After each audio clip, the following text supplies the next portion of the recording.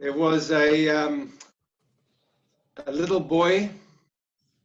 He wanted to know from his mom, where do people come from? And his mom took him to the scriptures, Genesis chapter 1, and showed how God created the heavens and the earth in 6 days. And on day 6, he took some of the dust of the ground, and out of it he created the first lady, or the first man, Adam. And we all descended from Adam, she told him. So then the little boy said, well, where do ladies come from? So his mom said to him, well, God knew that Adam needed a wife. And later on day 6, he caused a deep sleep to come upon Adam, took a piece of rib from his side, and out of it he created the first lady, Eve. And the scriptures tell us that she would become the mother of all living. So the little boy was happy with that, and he went off, but he woke up a few mornings later and he said, Mommy, I've got a pain in my side. I think I'm going to have a wife. Well, we're going to be looking at this question of origins of people and the different people groups this morning. A few years ago, I spoke in Port Alfred. I had a ministry few days in Port Alfred, and I spoke in a school, public school, just outside of town, in a black area just outside of town.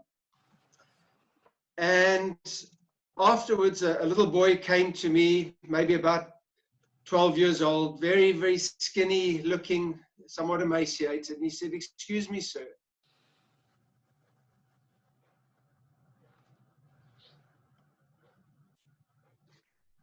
It brings tears to my eyes just to think of it. He said, can I ask you a question? And I said, sure, go ahead. And he asked me this question. He said, do we come from apes? And I shared with him, no, we're created in the image of God. Folks, that's what he's being taught at school. Then he said, can I ask you another question? Where does AIDS come from? And I explained to him how sickness and disease comes from sin, Adam's sin. All sickness, all the brokenness in this world, the cruelty, the suffering, terrible things people do to one another, child molestation and rape, it's sin. And it goes back to, and disease and so on goes back to the curse and Adam's sin. And he seemed very satisfied with that answer. And he said, thank you, sir. And he went off. And it was only as I drove away from that school that I wondered whether those two questions were not related. You see, AIDS or HIV is one of these viruses that mutated and crossed over from apes, West African chimpanzees, to people. And maybe he was putting these two ideas together, and possibly he had HIV or AIDS. He certainly looked very sickly. And he wanted to know where these things come from. And maybe the idea that we come from apes had something to do with him maybe having HIV. So do you think that that question of origins, of where things come from, was important to that little boy? Absolutely. Vital questions, and ones that we need to be looking at and grappling with. Remember our website that answers thousands and thousands of free articles answering these kinds of questions, creation.com. Powerful, powerful, wonderful, free resource. Also our info bites that I spoke about yesterday. So where do the people groups come from? Well, the Bible makes it very clear. God created the first two people, Adam and Eve, male and female. He created them in his image.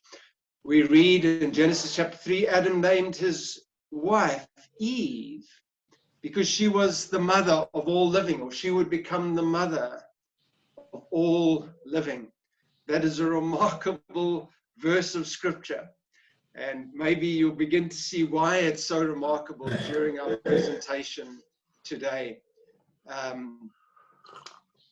That the Bible doesn't tell us that that Adam is the father of all living. So just think about that.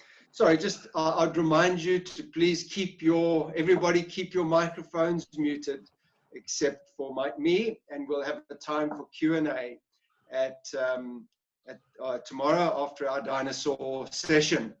But Eve would become the mother of all living. And then the Bible lays out for us the progression of the development of the different people groups very clearly from the biblical history. We all come from Adam and Eve, from their sons and daughters. Genesis chapter 5 tells us that they had sons and daughters. We have no idea how many. God created them perfect individuals. He told them to be fruitful and multiply and fill the earth. They lived for hundreds and hundreds of years. They would have had many, many children. We also read that only 8 souls, Noah and his wife and their 3 sons and their wives, survived that dreadful, catastrophic 1-year flood, judgment flood that we spoke about yesterday. And then a couple of 100 years after the flood at Babel, God had told Noah to be fruitful and multiply as well. He repeated the same instruction to Noah that he had given to Adam. And people disobeyed, stuck together, one language spoken. And at Babel, they began this man-made religion, building this tower to the heavens. And God came and confused their languages. Maybe different people, different families could no longer communicate with one another.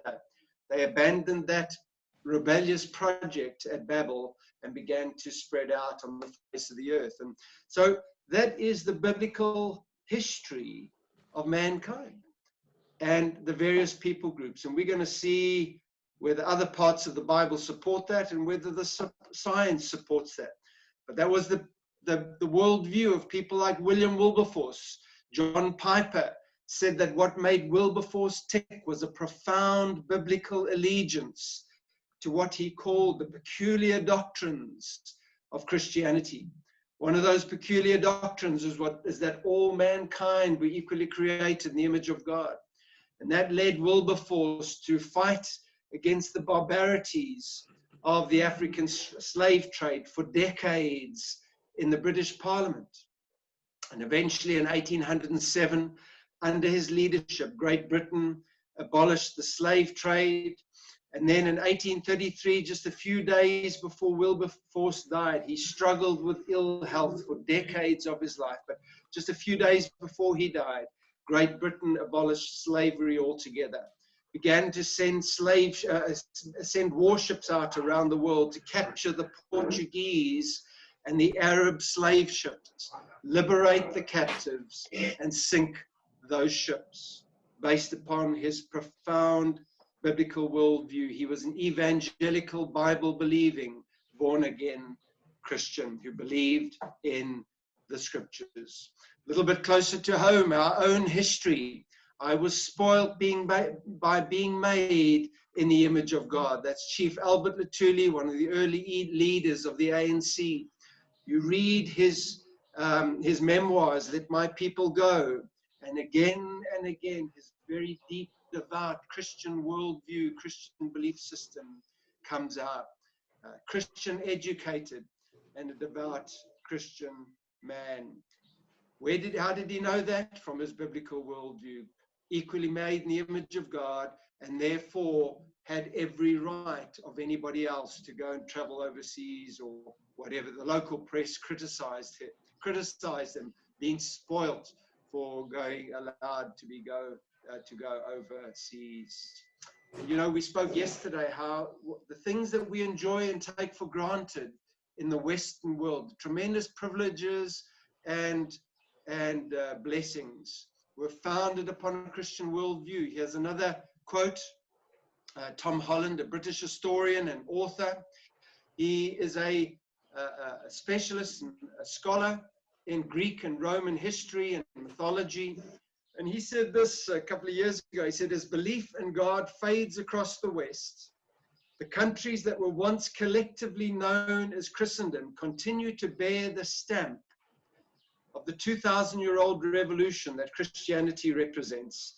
It is the principal reason why most of us who live in post-Christian societies still take for granted that it is nobler to suffer than to inflict suffering. And it's why we generally assume that every human life is of equal value. In my morals and ethics, I've learned to accept that I'm not Greek or Roman at all, but thoroughly and proudly Christian. There's no indication that he's embraced Jesus Christ as his savior, but he recognizes the foundation of the Western world, and he has embraced the Christian worldview, the Christian culture of specifically relating to humanity. Many people are not familiar with the fact that what motivated people like Wilberforce impacted the whole of the British Empire in the early 1800s. When the British took over from the Dutch in the Cape Colony, when the Cape Colony got its constitution, it had a voting mandate that was colorblind. Coloreds, black folk also had the vote based upon exactly the same criteria as back in Britain.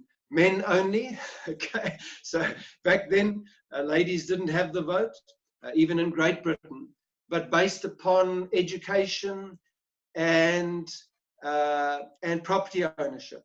But it was colorblind. But something profound, something dramatic began to change towards the end of the 19th century. In Australia, terrible things began to occur. Emily Dietrich, named the Angel of Black Death, came over from Europe, went around to cattle stations in Australia, asking for Australian Aboriginal specimens to be shot, that she could take their skulls and body parts back to universities in Europe. We know that she was driven off a few cattle stations, but we also know that she went back to Europe with her specimens. Christian missionary was the horrified witness to mounted Australian police killing dozens of Aboriginal people, selecting the best specimen skulls, which were then sent off to Europe. Something dramatic began to change around the world. The very famous evolutionist, Stephen Jay Gould, was probably the #1 spokesman for evolution in the late 20th century. He's dead now. But he tells us what began to change. He says biological arguments for racism may have been common before 1850, but they increased by orders of magnitude following the acceptance of evolutionary theory. He was a disciple, an apostle of evolution, but he made this connection between evolution and just the proliferation of racism towards the end of the 19th century. You see Darwin's book, The Origin of Species. The subtitle is The Preservation of Favored Races in the Struggle for Life. And as the world embraced these ideas, this idea of the struggle for life and the struggle of the races infected the world. And these ideas began to be promoted throughout the world. In Europe, guys like Ernst Haeckel, he was known as Darwin's bulldog in Germany. He was a doctor and also a fine artist, and he just embraced Darwinian ideas. He went on road shows around Europe teaching these ideas, and the idea that we had evolved from these ape-like ancestors and placing black people as some kind of intermediate between these ape-like ancestors and what he regarded as modern or civilized human beings. Ernst Haeckel was also responsible for these drawings, Haeckel's embryos. He taught the recapitulation theory, the idea that all life had evolved from a single or a handful of common ancestors, and at a certain stage of development, the embryos of all of these different creatures, fish, salamander, turtle, chicken, rabbit, humans, because they had common ancestors, They went through this common phase of development and looked almost identical. In his own day, his peers, scientists, realized that this was a figment of Haeckel's imagination. These drawings appeared for 100 years in school and university textbooks. They were a total fraud. By the way, Stephen Jay Gould was one of them that exposed this fraud in the modern era, and eventually they began to disappear from textbooks. This is what those embryos actually look like. These are photographs of the actual embryos. So towards the end of the 20th century, Haeckel's embryos disappeared from university and school textbooks. Do you know where they are still found today? Grade 12 South African textbooks. Why are they there? Whoever put them in the textbooks must know the history of those pictures. They put into the textbooks because they are such powerful mechanisms, indoctrination tools, and that's why they're in the textbooks. But the world began to change as it began to be infected by these ideas of race. In German Southwest Africa, just on our doorstep, in response to a very minor uprising amongst the Herero people in 1804, the Germans went from sending missionaries with the gospel of Jesus Christ to their colonies, to sending people like General Lothar von Trotha, an avowed Darwinist. He believed in survival of the fittest, elimination of the weak. He said with rivers of blood and rivers of money, he would destroy the old and create something new in its place. He issued a Vernichtungsbevel in German Southwest Africa, Namibia, that every Herero man, woman, and child were to be shot. And over the space of about 4 years, from 1904 to 1908, about 80% of the Herero people were wiped out directly in battle, forced into the Omaheka Desert, where countless thousands died of thirst and starvation, and then in concentration camps in Lüderitz and Swakopmund and Windhoek. They were death camps. In Lüderitz, one camp had a maximum life expectancy of 10 months. It had an average life expectancy of 4 months. And all of these things were motivated in terms of social Darwinism, survival of the fittest, elimination of the weak. And during this period, scientists were also coming from Europe, going to these concentration camps. In Lüderitz, they were forcing the women prisoners to take the skulls of men prisoners that had died, boil the skulls, scrape off all the flesh with shards of glass, and those skulls packed in crates and sent back to Europe, where many of them still remain. I wrote an article a number of years back in our Creation magazine on this horrific history. There are excellent, excellent books available detailing this history and written by secular historians.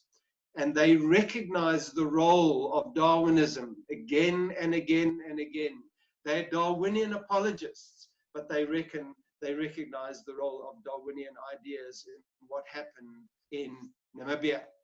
I had the blessing of speaking in Namibia a couple of times. I've toured there, and a couple of years ago when I visited Namibia, visited Swakopmund, I took the opportunity to visit the Herero concentration camp graveyard just outside of the town, and you can just make out these little mounds of sand here on the right hand side.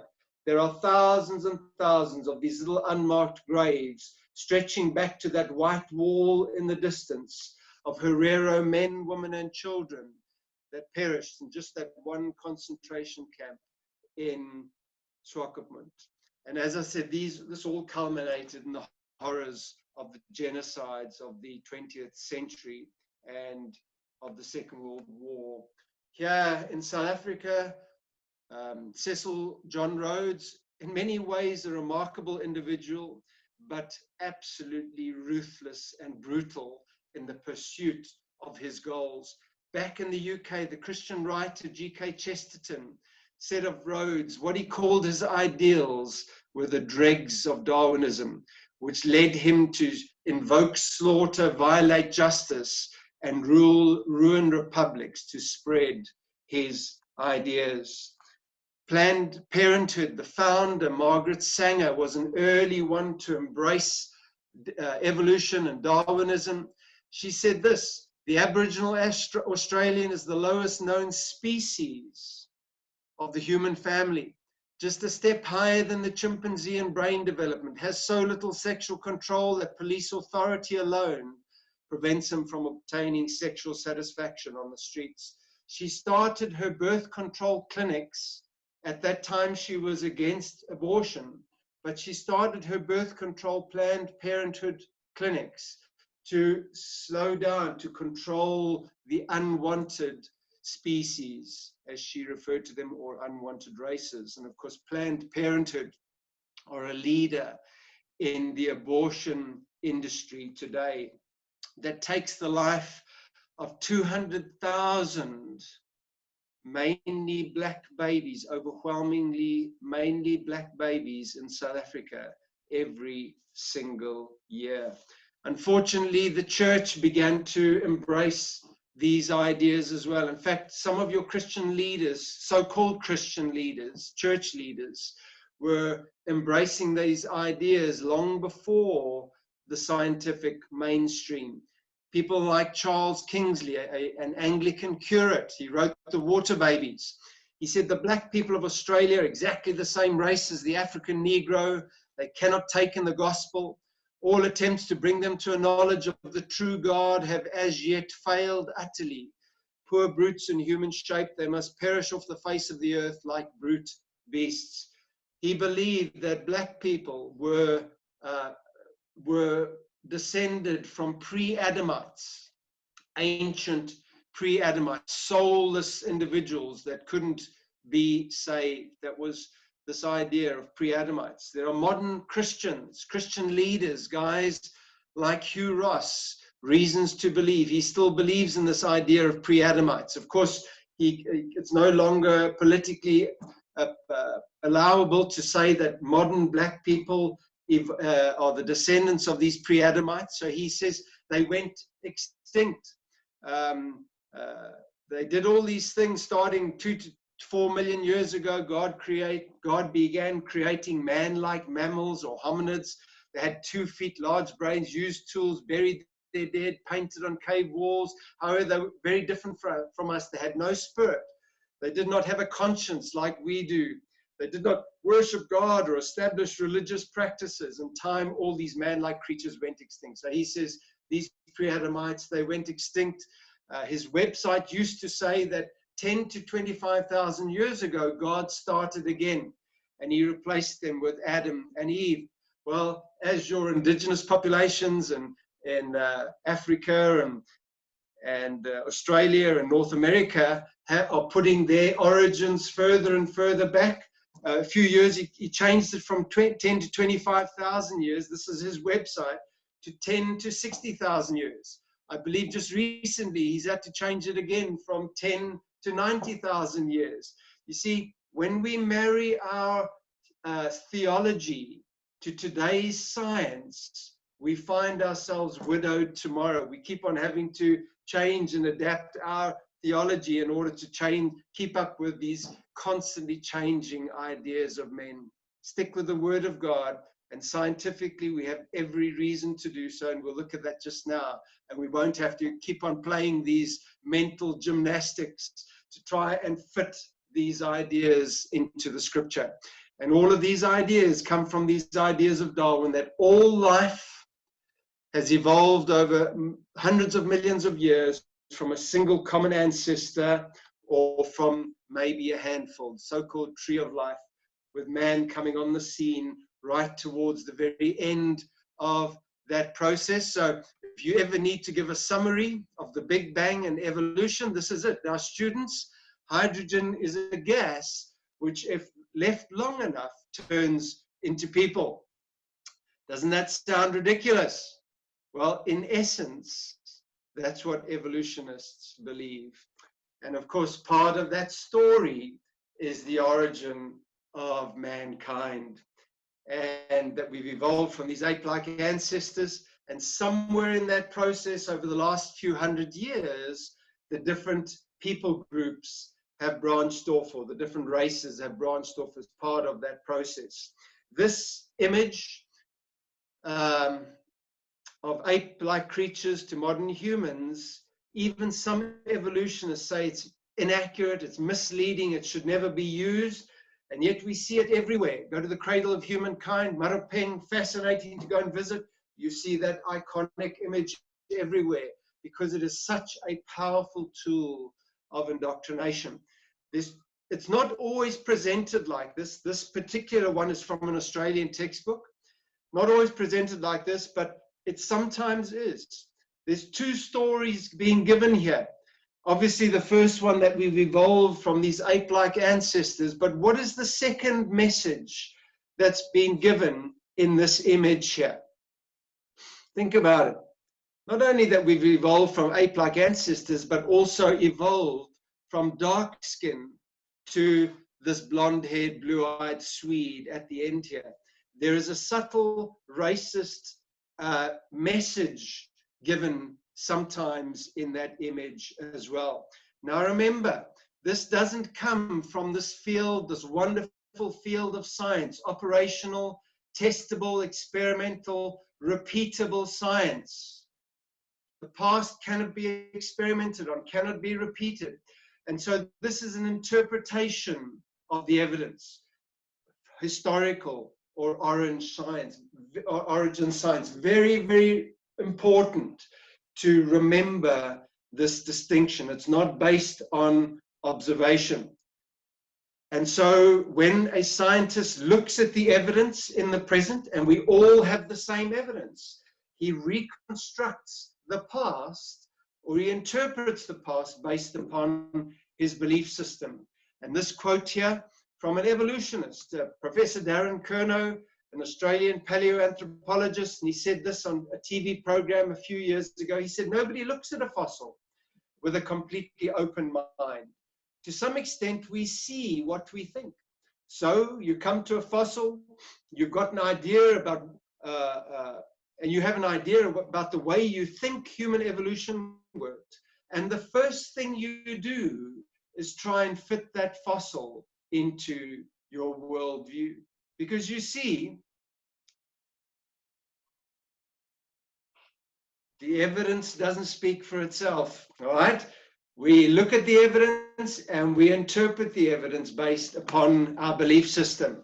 Let me just illustrate this for you. For 40 years, 1912 to into the 1950s, Piltdown Man was held up to be Exhibit A in proving that man had evolved from these ape-like ancestors into modern humans. After 40 years, it was discovered that Piltdown Man was the cranium of a modern human being and the jaw of an ape. And that jaw had been filed and even colored to make it fit with the rest of the skull. Thousands of evolutionist scientists had looked at that skull and just taken it to be what it was presented to be. You see, the evidence doesn't speak for itself. We interpret the evidence. And of course, it is well known today that that was a fraud. There were various suspects of who perpetrated it. It's a fascinating story. Arthur Conan Doyle, that wrote Sherlock Holmes, he was one of the suspects, but I think he's been cleared today. I think it's fairly clear who it was. You can go to our website and look up who that whole saga of Piltdown Man. Neanderthals, they used to be reconstructed in this way, very ape-like, heavy features, flat noses, lips, these big, heavy brows and covered in hair, dark skin. Now remember, the skin, the soft tissue is not preserved in these fossil skulls and so on. It's driven by culture. And look at this modern reconstruction. This is in a museum in Germany. Folks, you could see a guy like that standing on the streets in Cape Town holding up a signboard saying 10 mouths to feed. Okay? In fact, it looks a little bit like this guy on a bad hair day. Chuck Norris. Even though he's a believing Christian, he gets a lot of stick. But, you know, so you see how culture, politics drives the interpretation of the scientific evidence. We think of science as this objective, unbiased field. It's just not reality. It doesn't reflect reality. Okay, everybody has biases, and scientific interpretation is often driven by politics, culture, and what have you. And so how did Darwin believe the different life forms arose, including the different races? Well, as he looked at the various creatures within certain groups, he saw tremendous variations. So, for example, we could look at frogs or dogs. He bred with pigeons, and he saw tremendous variation within these groups, and of course the Galapagos finches. And he recognized that many of these groups of creatures that were very different all went back to a common ancestor. And this variation, these changes in color and size and what have you, had occurred through natural selection. Darwin never identified natural selection. Guys like Edward Blythe did so decades before Darwin. Blythe believed that it was a God-created mechanism that culled the unfit from certain environments and allowed the fitter varieties for color, size, what have you, to survive in certain environments.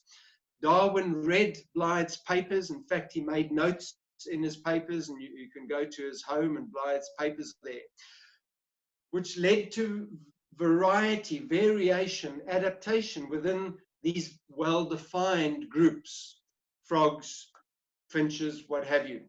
But Darwin believed that given enough time, through natural selection, frogs could evolve into princes, bacterium could evolve into biologists. And so let's think about that. Can natural selection do that? Well, let's begin with a dog kind or a wild wolf kind. By the way, modern secular scientists today recognize that all of your domestic and wild varieties of dogs go back to some kind of wild wolf-like ancestor. So let's begin with a dog or a wolf kind, created by God or getting off the ark. Two of every kind went onto the ark. And we know that creatures receive a gene, a set of genes from mother and father. All of us, we get one set of genes from our mom and our dad.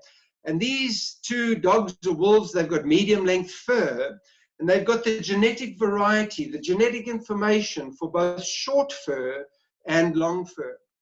And these original dogs, they begin to have pups. And this pup here has inherited the gene for short fur from both the male and the female, okay? So from the male and from the female. They have another pup or another couple of pups, and these pups here have inherited the gene for short fur, maybe from the male, and the gene for long fur from the female. And then this unusual looking creature here has inherited the genes for long fur from both the male and the female, and has got this long fur. So we know that a couple of hundred years after the flood, there was an ice age lasting for a few hundred years. There's lots of evidence of that. So let's put all of these pups into a very cold, hostile environment. few hundred years after the flood, which of those pups would be the least likely to survive in that kind of environment? Of course, the short-furred and maybe the medium-length-furred pups would be the least likely to survive. These long-furred pups would be the most likely to survive, the most likely then to breed and to start having their own pups. And this pup here has inherited the gene for long fur from both the male and the female. And of course, all of their pups would do so. So it's simplified, but this is essentially natural selection, that it takes from genetic information that enables creatures to survive in certain environments. In fact, what it does, it stops certain varieties from surviving in certain environments. Some will survive and then pass on their genes to their offspring. So what has happened here? Change has taken place within this dog variety, within this dog kind. Change has taken place, adaptation, survival has taken place. But nothing new has been created. In fact, through natural selection, variety, genetic information is lost, and this is well understood today. And so in that process, the genetic information for short and medium length fur has been lost. So natural selection creates nothing new, and yet Darwin believed that natural selection was the engine of evolution. So just to illustrate this, these two creatures here, these two skulls, think about this, same species or different species? What did you think? What would you say? Same species or different species? Okay, well, it's actually the same species, Canis lupus familiaris, domestic dogs. So within just one species, we see tremendous variety. And within the created kinds, of course, the Bible doesn't talk about species, it talks about kinds. God created within the various kinds mechanisms for speciation, adaptation, change, variety, and survival, knowing the type of environments that creatures would have to survive in, especially in a cursed, fallen world, but especially after the flood. One kind of humans, mankind, right? And at Babel, God confused the languages, causing these people to disperse from Babel and to begin to cross from northern Iraq there, where Babel was situated, to different parts of the world. Many mechanisms for them to do so, and to begin to go and live in different parts of the world. By the way, I've been using this map for years and years and years, showing the dispersal from Babel after the confusion of languages. Look at this. This is from New Scientist. I picked this up recently, New Scientist journal, based upon genetic studies. Again, placing the origin of mankind more towards the Middle East here and dispersing to different parts of the world. We think this out of Africa, that is science. There are many, many secular evolutionary scientists that believe in other origin stories, that the humankind originated in other parts of the earth. But just look at the similarity between those. That's based upon the Bible. That's based upon modern genetic studies. And so Adam and Eve would have had the genetic information through different combinations of Mendelian genetics, dominant and recessive genes, to have both light-skinned and dark-skinned children, and various combinations in between. And as people moved to different parts of the earth after Babel, so these differences, changes, began to occur. And in fact, all of us are different. As I look through all of your pictures here on Zoom, guess what? Every single one of us are different. Different heights, different widths, nose shape, eye shape, hair color, eye color. All of us are different. But what is the one difference we've always tended to make the greatest fuss about? What difference? Skin color. Thank you, Miranda. Absolutely. Skin color. And we call people black and white and so on. Let's think about that. This is my colleague, Dr. Don Batten, plant biologist in Australia. What color would we call him? We'd call him white, wouldn't we? Well, look at the background there. What color is he? What color would you call me? Right? That's white, folks. I sometimes give this talk in schools, and all the kids are sitting there in their white uniforms, and I say, "What color am I?" And they'll say, "White." And I say, "Well, look at the person sitting next to you. If anybody is the color of their shirt, you need to call an ambulance quick, because they're in big trouble."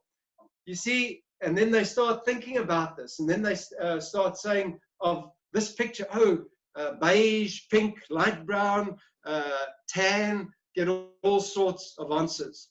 You see, there is only one skin color. It's melanin. And those of us that are a little bit melanin deprived, we've only got the genetic information to still produce a little bit of melanin.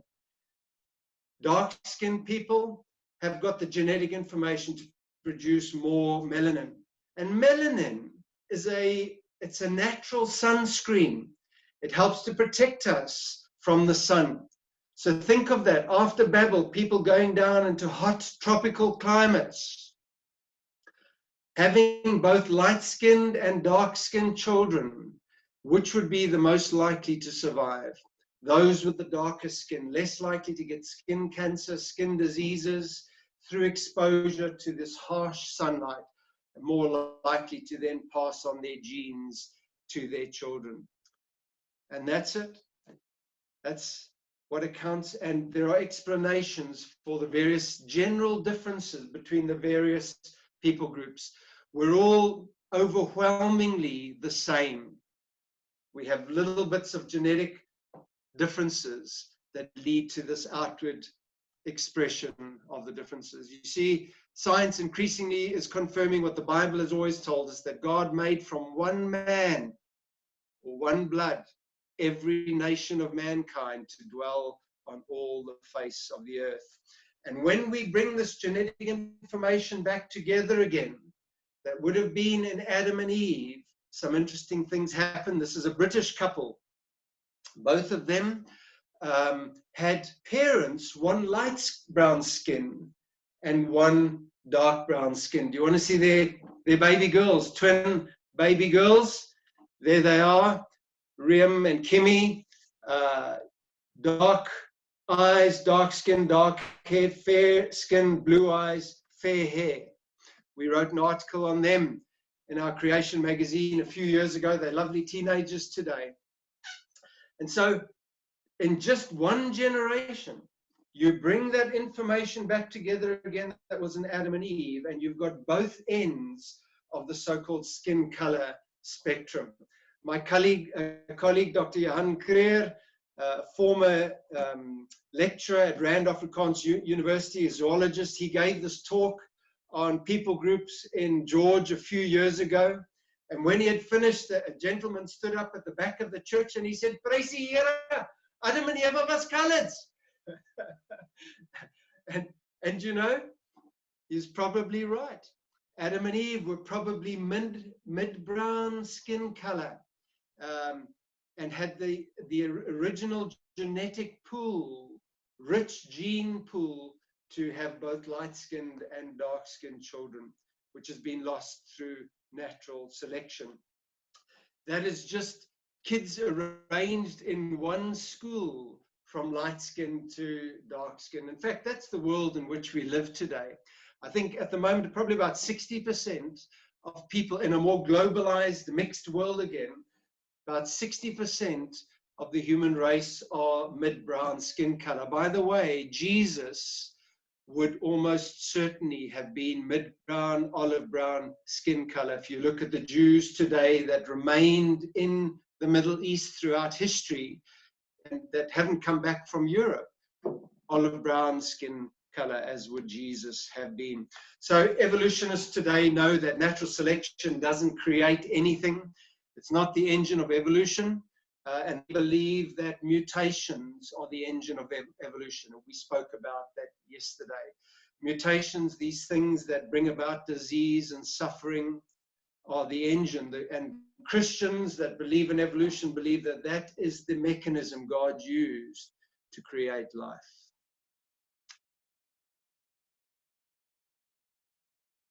Horrific. We have a mutated virus. Again, there are viruses, many, many viruses in the environment that form, they are there for a purpose. But we find these mutated viruses that cause disease and suffering. And these are often used, and also bacteria that mutate and cause disease and suffering and what have you. And these are often held up as examples of evolution. One such parasite is the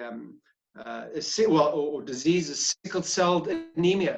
And people with sickle cell anemia, it's a genetic mutation, are often resistant to malaria.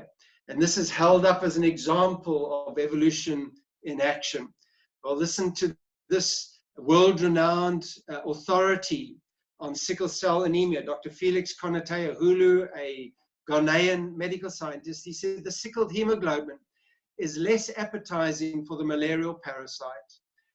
So carriers are less likely to develop malaria, which is often fatal.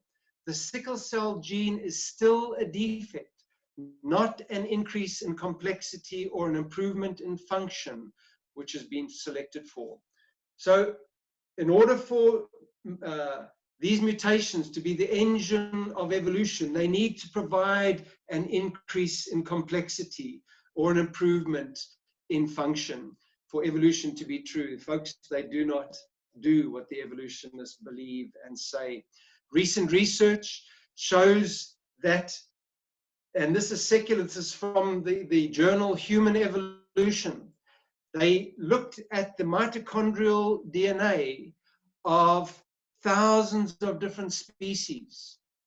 Mitochondrial DNA that all life, so all humans, we get mitochondrial DNA just from our mothers. And mitochondrial DNA shows that all human beings go back to a single mother, and studies in Y chromosome also show that all men go back to a single father. And they make the statement that the congruence of these fields supports the view that modern human mitochondria and Y chromosome originated from conditions that imposed a single sequence on these genetic elements between 100,000 and 200,000 years ago. Now, if all life has evolved over millions and millions of years, why would it go back to a single mother and a single father in the human species and all these other species between 100,000 and 200,000 years ago? Okay, now that 100,000, 200,000 years ago, that's based upon assumptions about mutation rates in the past. Assumptions that cannot be tested, they're based on assumptions about the past. And we spoke about radioisotope dating yesterday and the role that these assumptions play in radioisotope dating. Same kind of assumptions there. But that fits very, very comfortable with the creation of all living kinds, these all living kinds of creatures just a few thousand years ago. Very, very interesting modern research. And so scientists increasingly are saying the genes that explain the phenotypic differences between populations only represent a tiny part of our genome, confirming once again that the concept of race from a genetic standpoint has been abolished. So folks, we can look at that iconic image and we can say, stop following me. We are not related, okay? There's only one race to which we all belong, and that is the human race. This quote here fascinating quote, also from our history.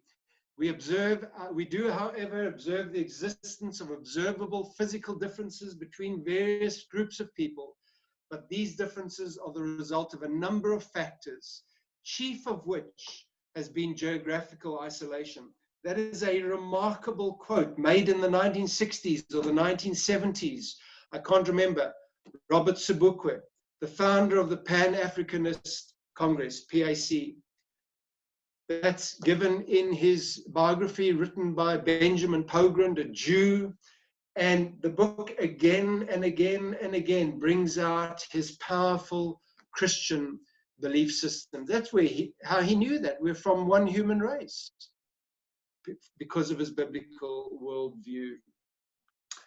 Well, that worldview has been replaced by evolution, the Big Bang. Richard Dawkins said that Darwin made it possible to be an intellectually fulfilled atheist. So what is the most important thing to Richard Dawkins? His atheism or his science? I would put it to you that his atheism is the most important. That drives his science, it drives his interpretation of the evidence. It enables him to say that there is no God, and yet provides some answers to the big questions that everybody has. But of course, major problems if we try and fit those ideas into the Bible. If that interpretation of the evidence is true, it means God, when he created Adam, put him in a Garden of Eden that was haunted by carnage, carnivory, bloodshed, disease. And he said to Adam, it is very good. Adopt deep time, millions and millions of years, and you have to then say that suffering, disease, death is very good. Or you at least say that God said it. And you have to say that that's the way God created things. When Jesus taught on marriage, he said from the beginning of the creation, God made them male and female. In other words, right back here at the beginning of creation, on the sixth day of creation week, God invented marriage. At the beginning of the creation.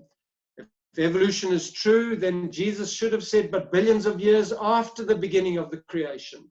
Because if evolution, the Big Bang, is true, 13.7 billion years ago, man only came on the scene right at the very end of that process, not at the beginning.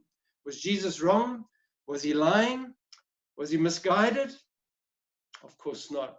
He's the creator himself. He knows exactly what he's talking about. And God created marriage, one man, one woman, right from the very beginning of creation. Folks, I'm going to move on very quickly. There's only one marriage there that the Bible would counsel against, and that is a Christian marrying a non-Christian. And then, as we looked at yesterday, there's only one human race. We all go back to Adam and Eve. That's why, because of their rebellion, because of the curse, we are separated from our Creator God. But we're also, all of us, related, every single one of us, to the God-man, Jesus Christ, born of the seed or the offspring of the woman, of Mary, and in the Gospel of Luke, traced all the way back through Mary's line to Adam and Eve, that he could be the sacrifice, the perfect offering, the sacrificial replacement for our sin on the cross. Young people that believe that evolution is true, that deep time is true, if they follow it to its logical conclusion, they abandon the Bible. This is a pair of comedians, internet comedy duo, raised in Christian homes, involved in Christian ministry, bit of Christianity in their comedy. One of them they've abandoned their Christian belief system. One of them said, for Rhett, it started with questions relating to science, the age of the earth and evolution, and believing that the modern interpretation is true. He said it morphed into doubts surrounding biblical reliability, the history of the resurrection, and the general idea of hell and judgment, and that led them to abandon the faith in which they'd been raised. That is a very, very logical conclusion if deep time, billions of years, and or evolution is true.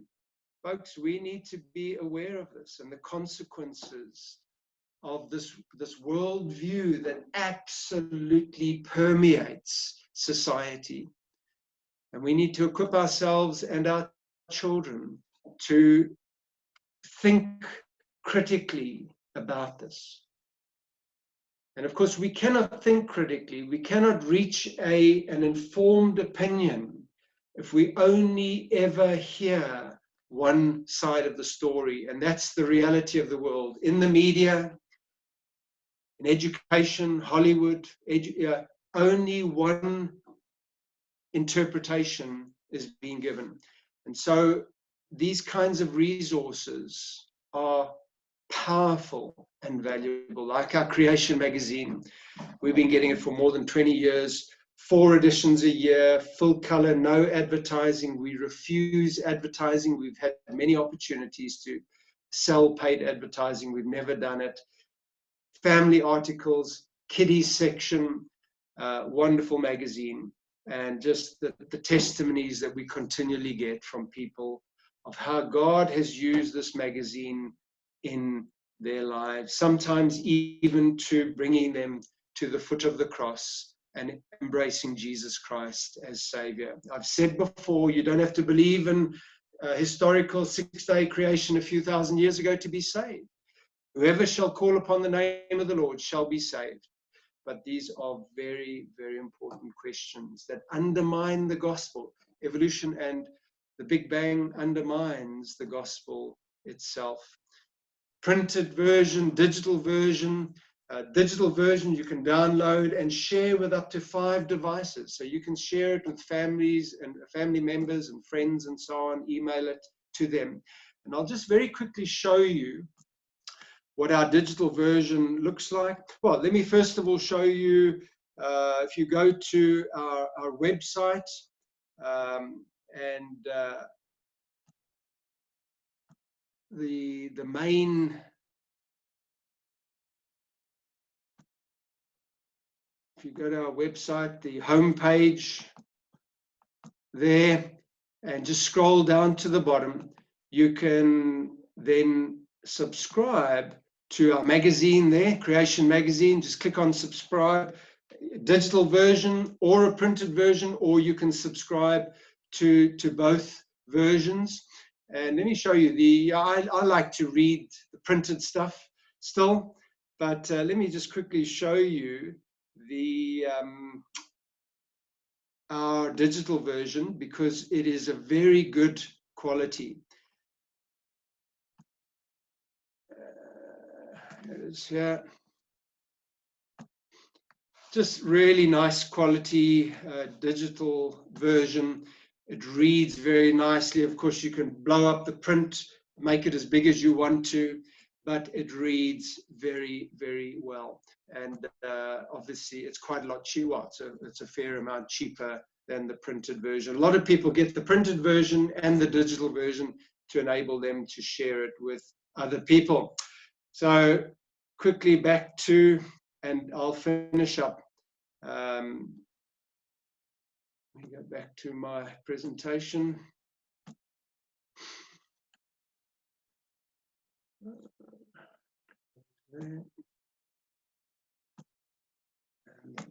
So what makes the difference between the different people groups? Let's look at our own country, where education is one of the biggest crises. We look at ESCOM and all the rest of it. Folks, statistics are used as a political tool. The real numbers are absolutely shocking. Forget about SAA, forget about ESCOM.